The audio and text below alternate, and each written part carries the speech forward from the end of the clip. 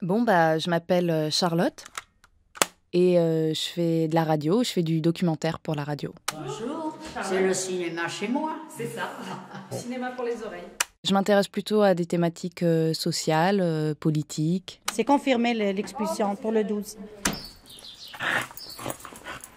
J'ai un chien, je l'ai adopté il y a 2 ans. C'est aussi un acte militant parce qu'on l'a adopté.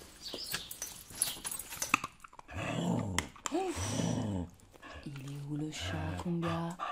Elle s'appelle Kumbia, comme la danse d'Amérique du Sud. C'est un gros bâtard. C'est un mélange de labrador et de berger. On dirait un peu un sanglier, en fait. Elle aime bien les câlins, mais elle préfère quand on se bat. On était assez fiers parce qu'on avait l'impression qu'elle aboyait sur les uniformes. Écoutez, madame, je suis officier de police. Oui, officier de police. Je suis là pour appliquer la loi. Et puis en fait, on s'est rendu compte que c'était pas ça son critère voilà, de sélection. Elle aboie sur les Noirs, sur les Arabes, sur les Asiatiques un petit peu moins. Et puis voilà, il y a les Roms aussi. Alors elle déteste les Roms. Elle les reconnaît, c'est ça qui est incroyable. Elle leur aboie dessus. Ils peuvent pas approcher.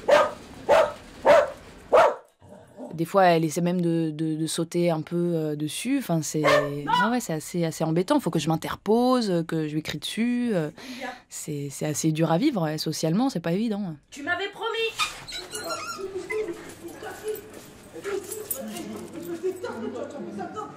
Et là, par exemple, dans le 19e, juste à côté de chez nous, il y a une grande cité où il y a beaucoup de personnes d'origine malienne. Et c'est simple, à chaque fois qu'on sort et qu'on les croise dans la rue, Kumbia leur aboie dessus. Je t'ai dit qu'elle aimait pas les juifs non plus.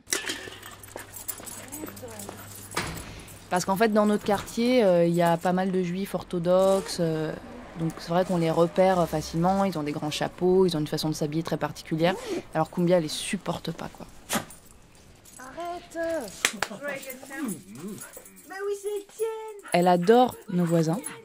Étienne, Charlotte, Aliénor, Vincent.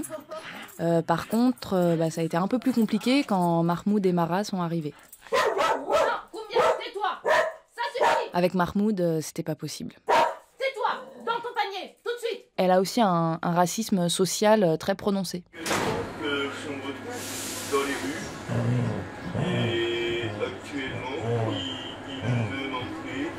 Encore quelques secondes. Tu peux pas imaginer les hontes que je me suis tapée avec mon chien.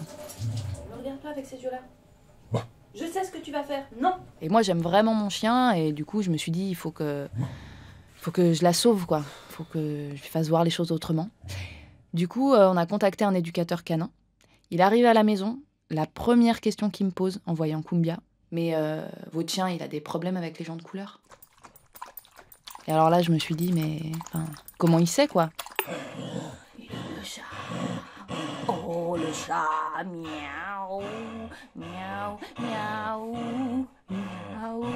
Miaou. Miaou. Miaou. Miaou. Miaou. Miaou. Miaou. C'était vraiment bien que je le rencontre, cet éducateur canin, parce que déjà, il m'a déculpabilisée. Dans ton panier, le chat. Il m'a expliqué que, en fait, les chiens ne reconnaissent pas l'espèce humaine dans son ensemble.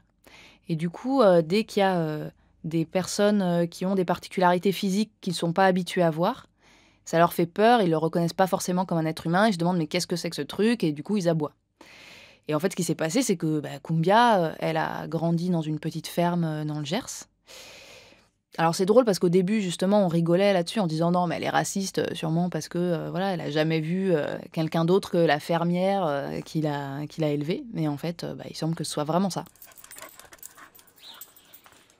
En fait, Kumbia, elle a un comportement très humain, ou c'est peut-être nous qui avons un comportement animal. Enfin, en tout cas, il y a un côté universel, quand on a peur de ce qu'on ne connaît pas et de ce qu'on n'arrive pas à identifier, en fait. Arte Radio. Je pense qu'avec le temps, Kumbia va apprendre à ne plus avoir peur. Point. Comme. Alors, Kumbia, tu l'as trouvé, le chat ?